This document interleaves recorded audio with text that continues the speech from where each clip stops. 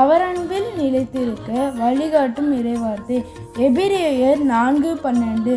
கடவுளுடைய வார்த்தை உயிருள்ளது, ஆற்றல் வாய்ந்தது, இரு பக்கமும் வெட்டக்கூடிய எந்த வாளினும் கூர்மையானது.